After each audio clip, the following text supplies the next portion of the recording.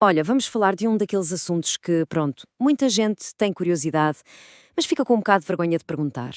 Engolir sêmen faz mal? É uma dúvida super comum, cheia de mitos, mas que precisa de uma resposta clara, direta e com base na ciência. E é isso mesmo que vamos fazer agora. A pergunta é esta, bem direta. E para dar uma resposta completa, vamos por partes, ok? Primeiro, o que é exatamente o sêmen? Depois, como é que o nosso corpo reage a ele?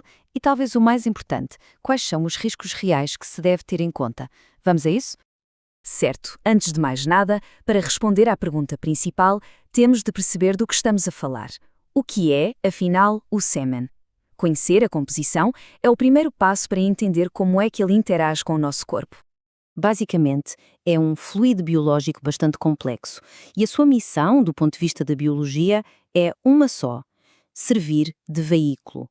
Ou seja, ele tem de nutrir e transportar os espermatozoides para que eles consigam chegar onde precisam. E então, o que é que tem lá dentro? Bem, é uma mistura com muitas proteínas, enzimas e frutose, que é basicamente um açúcar que serve de energia, de combustível para os espermatozoides. Também tem algumas vitaminas, minerais e, claro, os próprios espermatozoides. E é importante saber que a composição não é sempre igual. Pode mudar um pouco dependendo da dieta e do estilo de vida da pessoa. Ok, já sabemos o que é. Agora vamos à parte interessante. Como é que o corpo reage? O que é que acontece quando esta substância entra no sistema digestivo? A resposta curta e grossa, de um ponto de vista puramente fisiológico, é não. Para a maioria das pessoas saudáveis, não há perigo nenhum. O corpo não o vê como uma toxina, não tem qualquer efeito hormonal, nada disso. Mas porquê? A explicação está toda no nosso sistema digestivo. O nosso estômago, bem, ele é uma máquina de digestão super eficiente.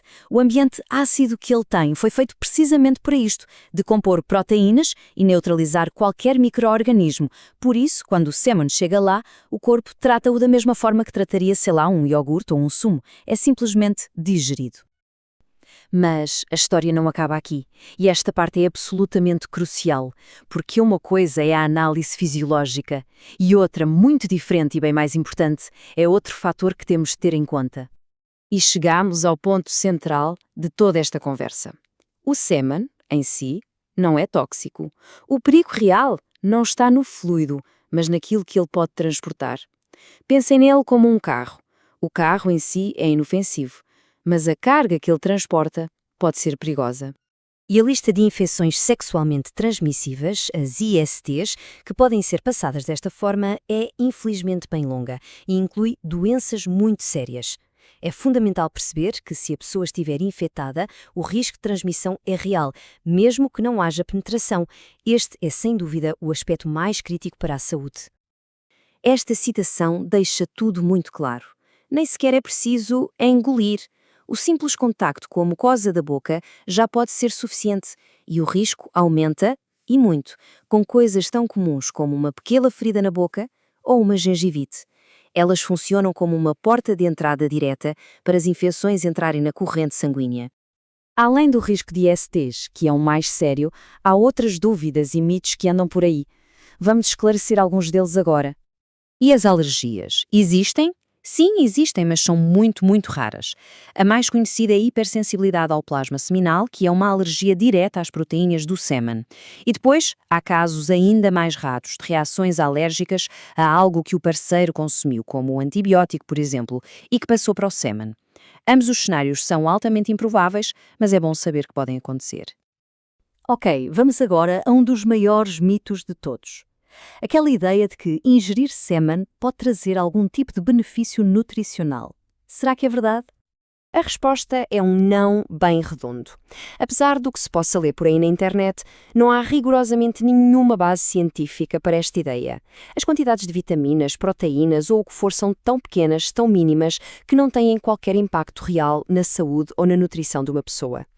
Outra dúvida que às vezes aparece é sobre a possibilidade de uma gravidez acontecer desta forma. E aqui a biologia é claríssima. É impossível. Para haver uma gravidez, os espermatozoides têm de chegar ao sistema reprodutor feminino.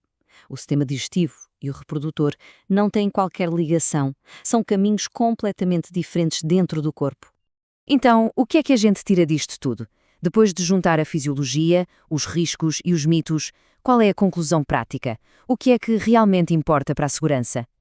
A segurança aqui resume-se a uma única palavra: contexto. Numa relação estável, monogâmica, em que ambas as pessoas sabem o estado de saúde uma da outra, já fizeram testes, aí o risco fisiológico é praticamente nulo. Agora, fora desse cenário, com parceiros ocasionais ou quando não se conhece o historial de saúde da outra pessoa, a história é completamente diferente. Nesses casos, a única forma de garantir a segurança é usar proteção. A prevenção de ISTs tem de ser sempre a prioridade número 1.